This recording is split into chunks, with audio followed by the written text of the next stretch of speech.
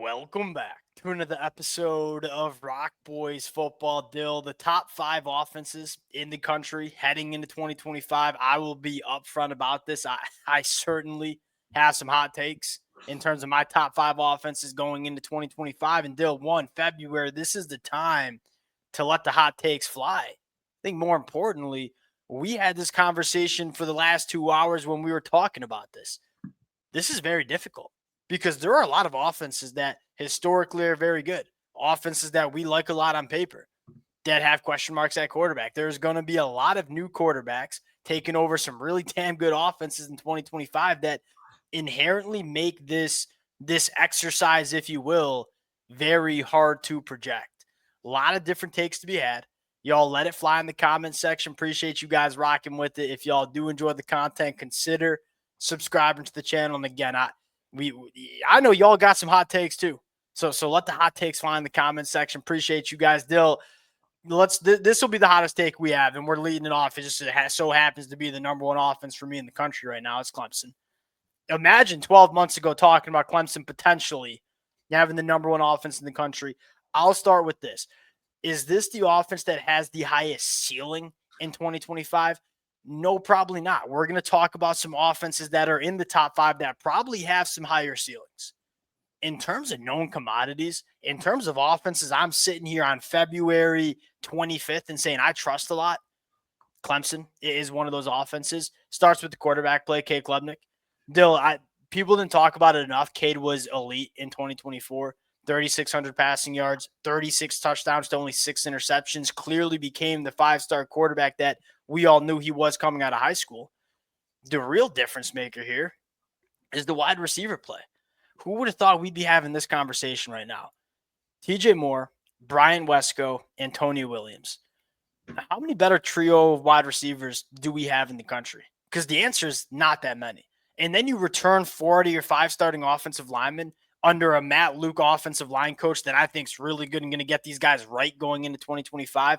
Continuity on the offensive line, year 3 with the Garrett Riley offense, elite playmakers on the outside, quarterback that I trust. There's a lot of boxes getting checked for this Clemson offense going into 2025. And last thing I'll add, I was practicing that elevator pitch for a while.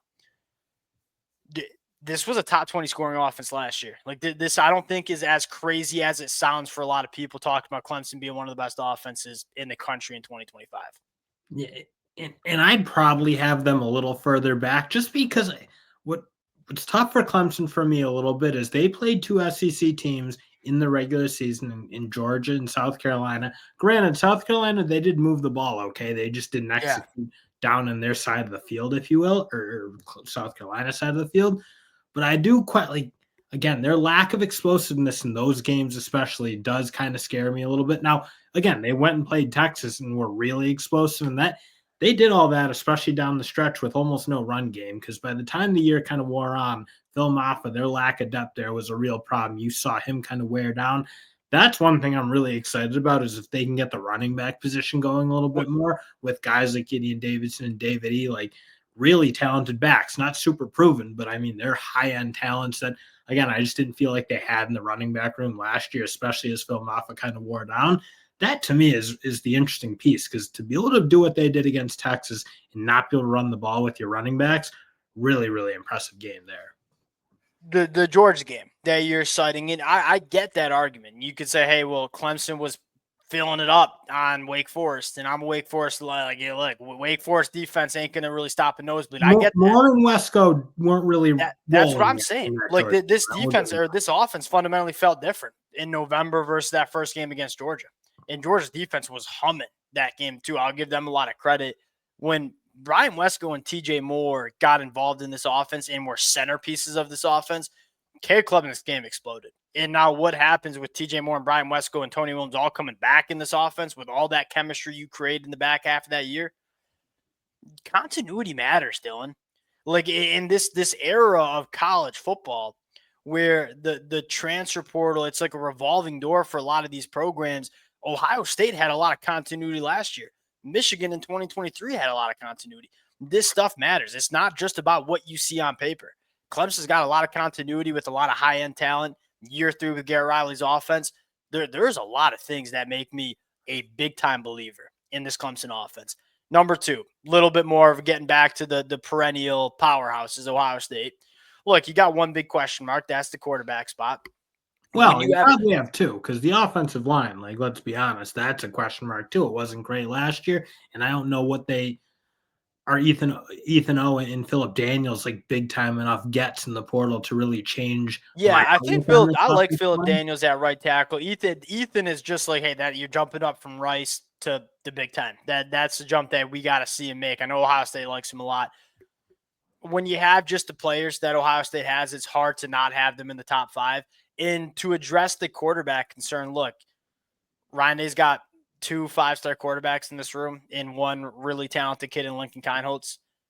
I trust Ryan Day to get the quarterback play right. And I will say this as well. Julian Sain is the ideal quarterback to run this offense. He's a distributor. Julian Sain is not a DJ Lagway. He's not super big, super mobile. He's not Superman. But you put him in an offense surrounded by Jeremiah Smith, Carnell Tate, Brandon Innes, Max Clare, tight end. He is a very accurate passer. He's a very, very good diagnoser of football, too. Ball comes out. I mean, Dilla's senior year, 26 touchdowns to 1 interception. Like, And super that's what polished. Ohio State needs. You kind of said it, like, you don't need the quarterback play to be unbelievable. And Will Howard, like, was playing really good football. I'm not like trying to necessarily criticize what he was doing, but he wasn't being asked to do what DJ Lagway was doing in Florida, where a Agreed. lot more put the team on your back. Like, when they got into that mode, when those wide receivers, they were getting the ball to them on the perimeter, they weren't asking Will Howard to just sit in the pocket for forever and run into pressure like it felt like they were against Ohio or Michigan and even Penn State to an extent. When they got the ball out quickly, they were attacking the perimeter.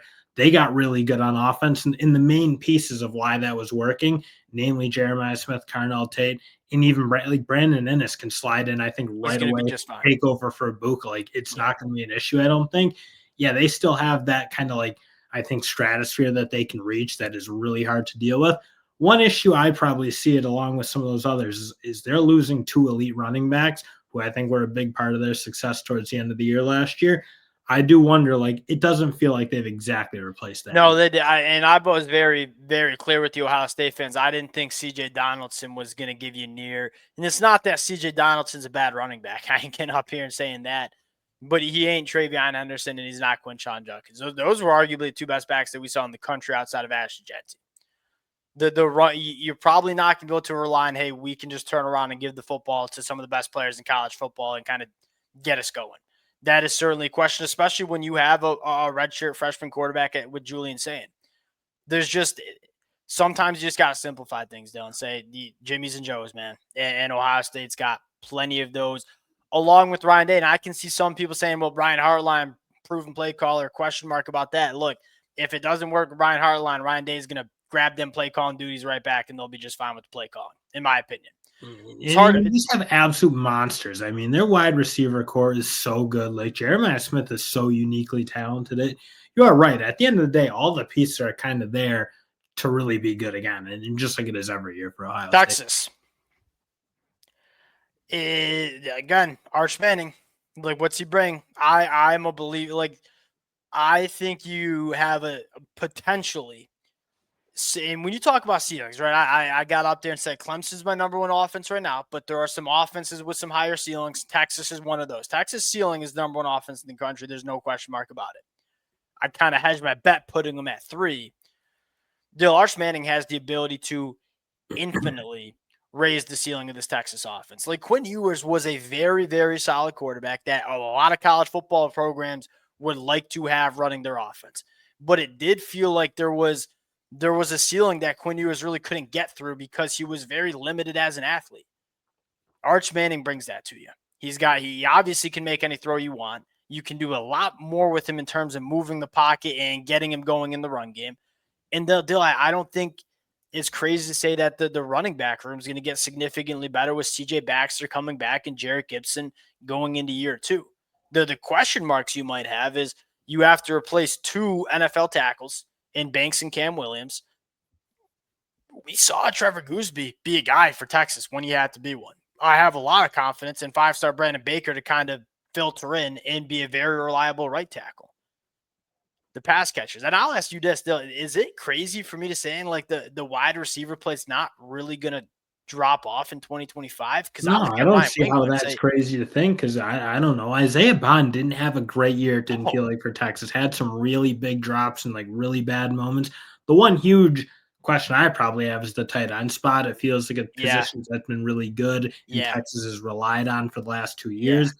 Replacing that, I mean, Jordan Washington, interesting talent. Michael Terry, super interesting talent. Like, but I do wonder that positions felt like a big one for Texas, and they don't have that guy coming back. But in terms of wide receiver play, didn't think it was probably as good as the talent said it should have been. I feel like last year for Texas and Ryan Wingo, I almost wish was more involved last year because he is a unique talent in his own right in terms of There's a being that chance that physical, Ryan that Wingo athletic. is a better wide receiver one than Isaiah Bond and Matthew Golden were in 2024. Like Ryan Wingo is that guy, and I think if Texas didn't have some of those guys like Isaiah Bond and Matthew Golden, we'd be talking about Ryan Wingo, maybe not like Jeremiah Smith, but a guy like Cam Coleman or a guy like Ryan Williams. I don't think it's crazy to put Ryan Wingo. That's how I talked about him when he was coming out of high school. I'm a believer in the pass catchers, and most of all, I'm just a believer in Arch Manning significantly elevating what this offense can do. And you have a guy that if it's not perfect, Arch can figure it out. Where if Coach Sark did not scheme it up perfect for Quinn Ewers, it was not going to work out for Texas because And it's I just want that like guy. I was watching that Mississippi State game last night to kind of get ready for this episode. There was one play where Arch Manning, and it wasn't a huge play or anything, but the pocket was collapsing. He was like taking a hit from low, high, and dumps the ball off to a running back in a spot. I'm like, oh, I pretty much know Quinn Ewers would have Sack. taken a sack in Yeah. that situation. Yeah. And instead, they get the ball dumped off to the running back, pick up 10 yards and a first down. Like, you think about the difference between that Ohio State in that Ohio State game, essentially Quinn Ewers was taking a lot of sacks. And the problem was when they played really good defensive lines for Texas, he took sacks. He wasn't able to be obviously particularly effective in moving them up and down the field. Arch Manning, again, like Quinn Ewers was a good quarterback. That's why they scored a lot of points last year. His inability to make some of those like plays when just, again, you said it, like things aren't perfect. It really probably will elevate this Texas offense a lot. Number 4, the Miami Hurricanes, and I can hear them already. The Boo Birds just throwing tomatoes at me, and I get it. It's a little bit of a hot take. And I invite it too. Like that's the best part about doing this is hearing from you guys. We have a great time in the comment section. Me a top one. They were the number 1 offense in the country last year by far. Number 1 in points per game. Number 1 in yards per play. All right, well you lose Cam Ward. Yeah, there ain't no replacing Cam Ward. He's going to be 1-1 in the NFL draft in a couple weeks. Dill, I 6 months ago, I said Carson Beck was my number 1 quarterback in the country heading into 2024. Now, it wasn't exactly great for Carson Beck in 2024. I think there were some extenuating circumstances within that Georgia offense that caused that.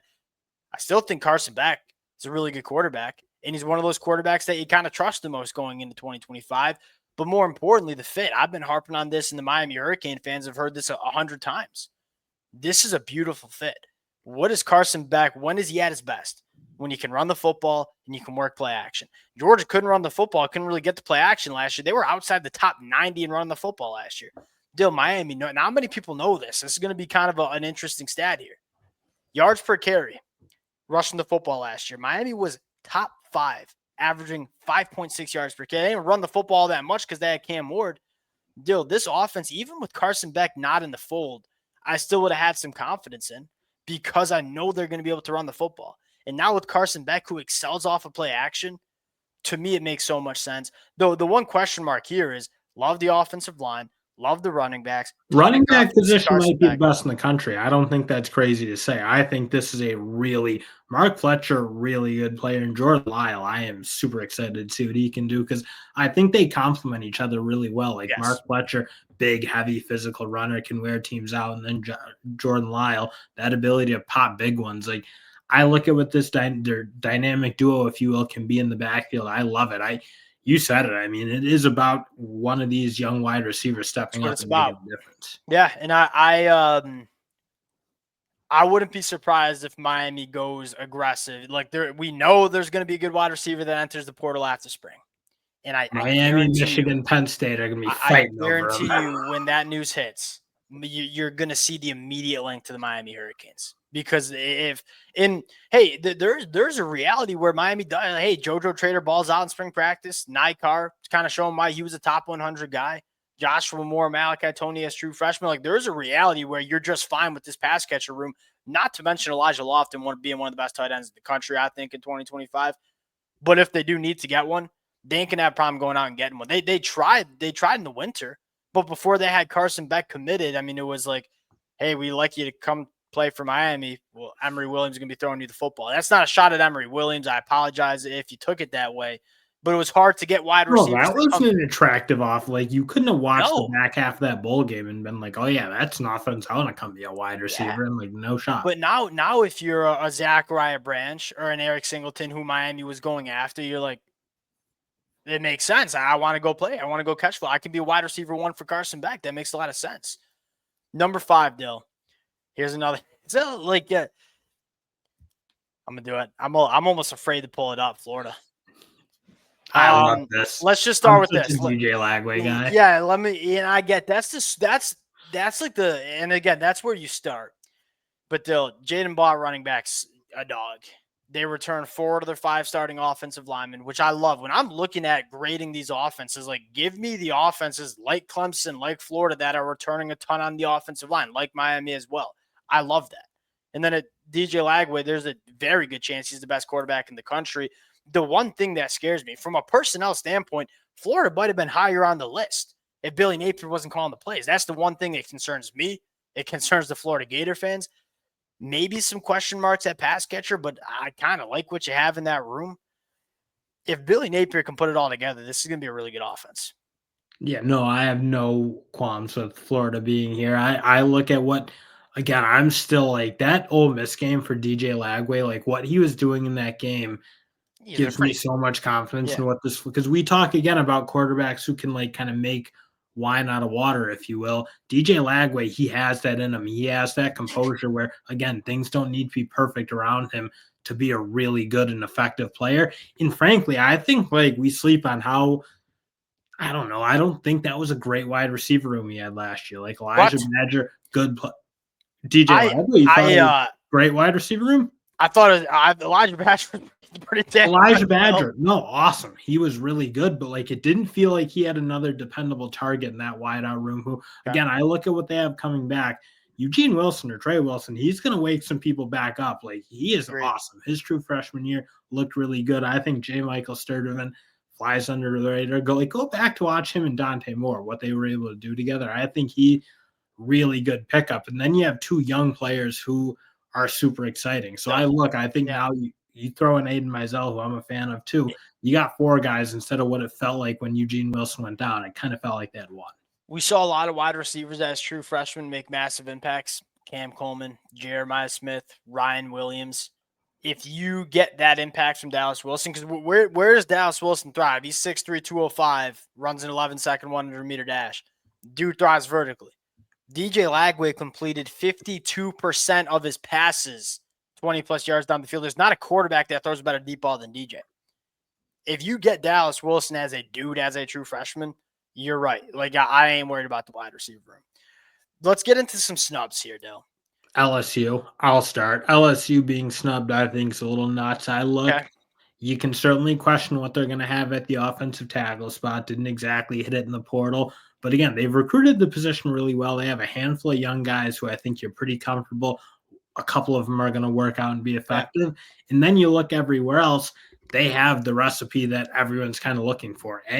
Garrett Nussmeier. We talk about quarterbacks coming back who you trust. Not many more you trust more in Garrett Nussmeier. He's been a very dependable player for them. I think there's probably another gear he can get to. I think, again, like being better within the pocket and not maybe backing up as much, and some of those issues you saw, not taking as many sacks. But their wide receiver play, I think, takes a step forward. They found their running back one with Caden Durham, and a guy that I think they can not ask Garrett Nussmeier to throw the ball 50 times every game with this year. I think that offense also still have the same coordinator with Sloan. Joe Sloan, dog. I think they're gonna be a really I like it. It kind of goes back to and maybe I'm just scarred as a Michigan fan because I was so optimistic about Michigan's offensive line, but it turns out trying to break in 5 new faces on the offensive line ain't as easy as it looks. Dude, But they're I mean, getting a fair amount of guys back who played a fair amount on the inside. Like, they're bringing in some really good experienced veteran transfer guys that Michigan did not bring last year, I might add. I think the inside is going to be really good. If they can get the tackle spot right, they're going to yeah, be but I guess that, especially with Garrett Nussmeier, who's big not. if. And then look, I ain't like trying to like hate on LSU. The LSU fans know, like, I think LSU's kind of being slept on.